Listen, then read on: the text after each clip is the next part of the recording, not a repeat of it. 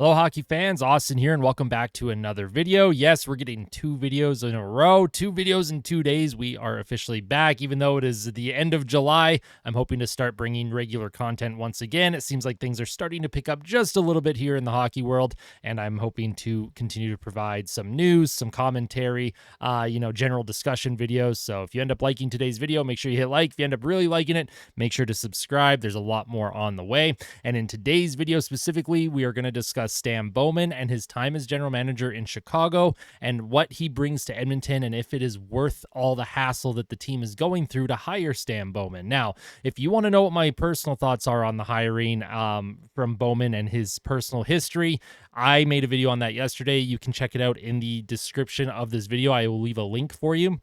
Today, I am not going over what happened in Chicago when it comes to the personal aspect, and I'm not talking about Stan Bowman, his redemption arc that he could be on right now. This is strictly judging Stan Bowman as a general manager and a general manager only in terms of his hockey decisions, trades, signings, draft picks, that sort of thing. And then at the end of the video, we'll come to a conclusion. I'll give a grade to the Stan Bowman hiring, see if this is worth it. I've done a bit of research here. I'll also provide some links to websites that I used as well. If you'd like to check them out for yourself, check out the resources that I used, and then also make a judgment for yourself as well. Also, I do want a lot of discussion in the comment section. So whatever your thoughts are, let me know your thoughts in the comment section. As always, I love reading your comments. I love engaging with the community. It is a lot of fun.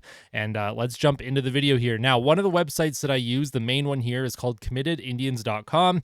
And this has Stan Bowman's entire history as Chicago Blackhawks general manager, right from day one, and it lists every single trade that he made. It lists every single signing, every single draft pick. If you want to check out this website for yourself and then come back to this video to have a bit of a discussion, you are more than able to do that. I did take a lot of signings and trades from this website as what I consider to be kind of the most notable, whether they were good or bad, and we'll discuss those. But if there's any more that you want to discuss, if there's any that I missed on this website that you end up finding that you were like, hey, you should have talked about this, please don't hesitate to let me know, all right? So first things first, trying to go in as much chronological order as I can, just looking at some of these trades here. So June 30th, 2015, Stan Bowman acquired Artem Anisimov, Jeremy Morin, Corey Tropp, and Marco Dano, and a 4th-round pick in the 2016 NHL Draft from Columbus for forwards Brandon Saad and Alex Broadhurst. So Brandon Saad, back in 2015, he was a goal scorer for Chicago, really good young player. They ended up shipping him off. They picked up Anisimov, Morin, Tropp, and Marco Dano, who Anisimov had a respectable career. I'm not really sure about Morin, Tropp, or Marco Dano, to be honest. I'm not really familiar with those players. But I do know at the time, Chicago fans were not happy with this trade. So, Chicago fans, you can let me know what your thoughts are on that trade now. But it seems like the general consensus was they gave up Saad for a whole lot of nothing, really, after winning the Cup in 2015. So moving on, February 26, 2016, they acquired Dale Weiss and Thomas Fleischman from Montreal for center Philip Deneau and a 2nd-round pick in 2018. Montreal retained Dale Weiss's salary cap. Now, Philip Deneau, of course, is one of the greatest two-way centers in the entire NHL right now.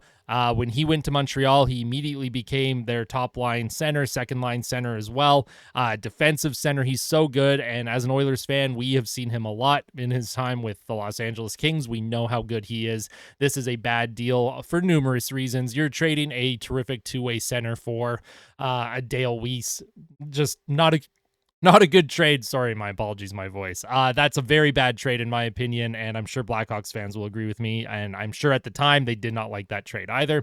At June 23rd, 2017, Bowman traded Nicholas Jarlmason to Arizona for Connor Murphy and Laura Dauphin. Again, one of those trades where you're just kind of scratching your head at the value aspect.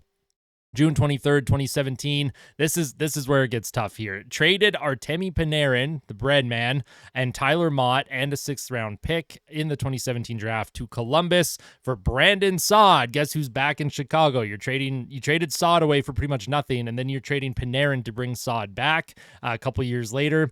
Again, the value really, really bad. These seem like desperation type trades to look for something. Obviously, Panarin, salary cap implications, and we'll talk about why there were salary cap implications here.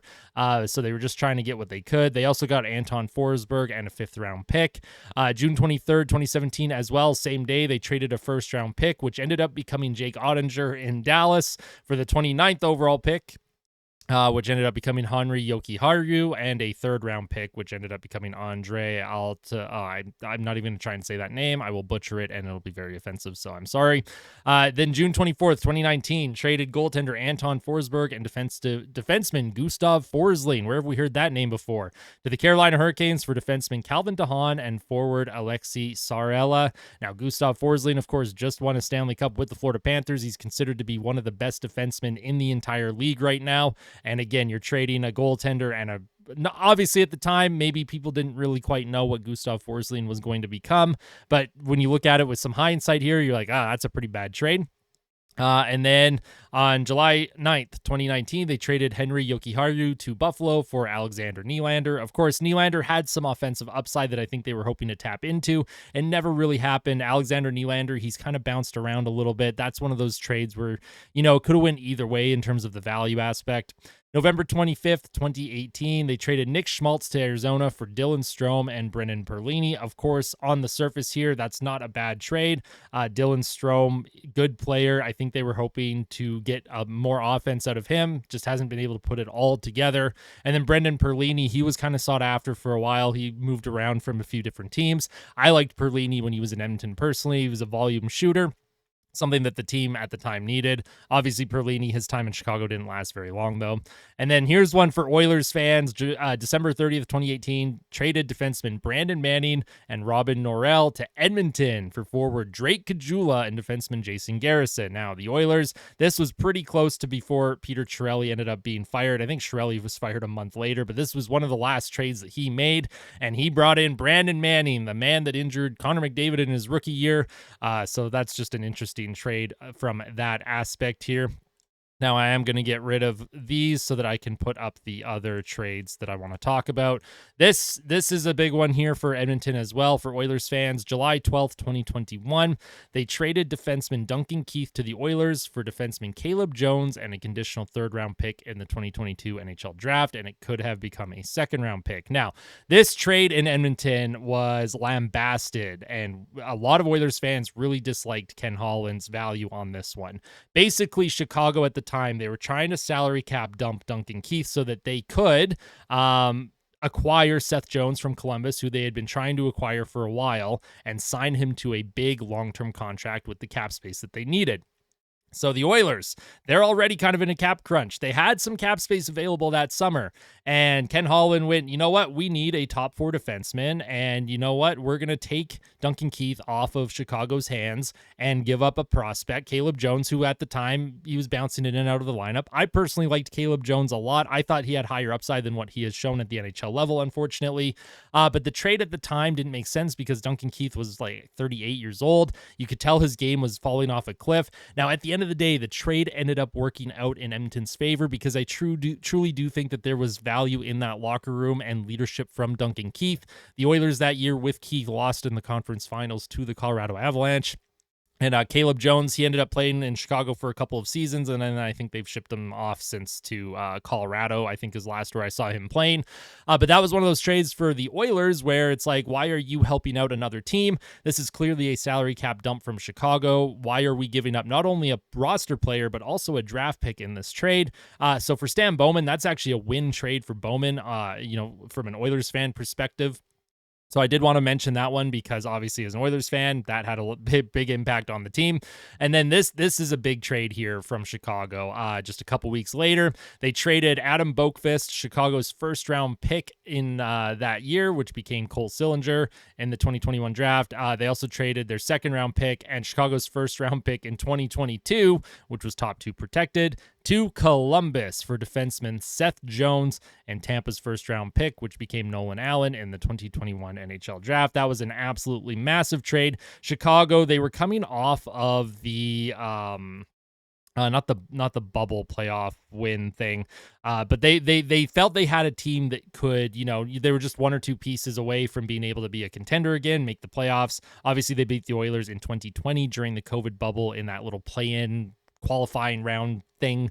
It's been so long since then. I try and just like park it out of my memory. But they acquired Seth Jones. They gave up a boatload, Boakfist, and then Cole Sillinger, who I still have a lot of hopes for to be a really good player in Columbus. And then, of course, they signed Seth Jones to that massive, massive contract not long after, which set the bar for Darnell Nurse's contract that he eventually signed in Edmonton. October 10th, 2020, they once again trade forward Brandon Saad. Oh boy, Brandon Saad, he's in, he's out, he's in, he's out. And defenseman Dennis Gilbert to Colorado for defenseman Nikita Zadorov and Anton Lindholm. Now, Zadorov, he didn't last too long in Chicago. On the surface, that's not a great trade. Again, Brandon Saad's scoring touch had started to wane, and they were just trying to... I mean, every time Brandon Saad was involved in a trade with Chicago's value that they got back was just... like, they were selling low on guys, and it just doesn't make a whole lot of sense to me. And then the last trade that it looks like, or one of the last trades that Bowman made, April 8th, 2021, traded defenseman Lucas Carlson and forward Lucas Wallmark to the Florida Panthers for forward Brett Connolly, Riley Stillman, Henrik Borgstrom, and a 7th-round pick in the 2021 NHL draft. So apart from that, I'm going to go over some of the notable contracts that Bowman gave out. Seth Jones, like I mentioned, $9.25 million times 8 years. That set the stage for the Darnell Nurse contract. So obviously Oilers fans really dislike Stan Bowman for various reasons, and that is one of them. Because the contract he gave to Seth Jones, Darnell Nurse, he also could get re-upped at the same time. They had kind of similar stats the year before.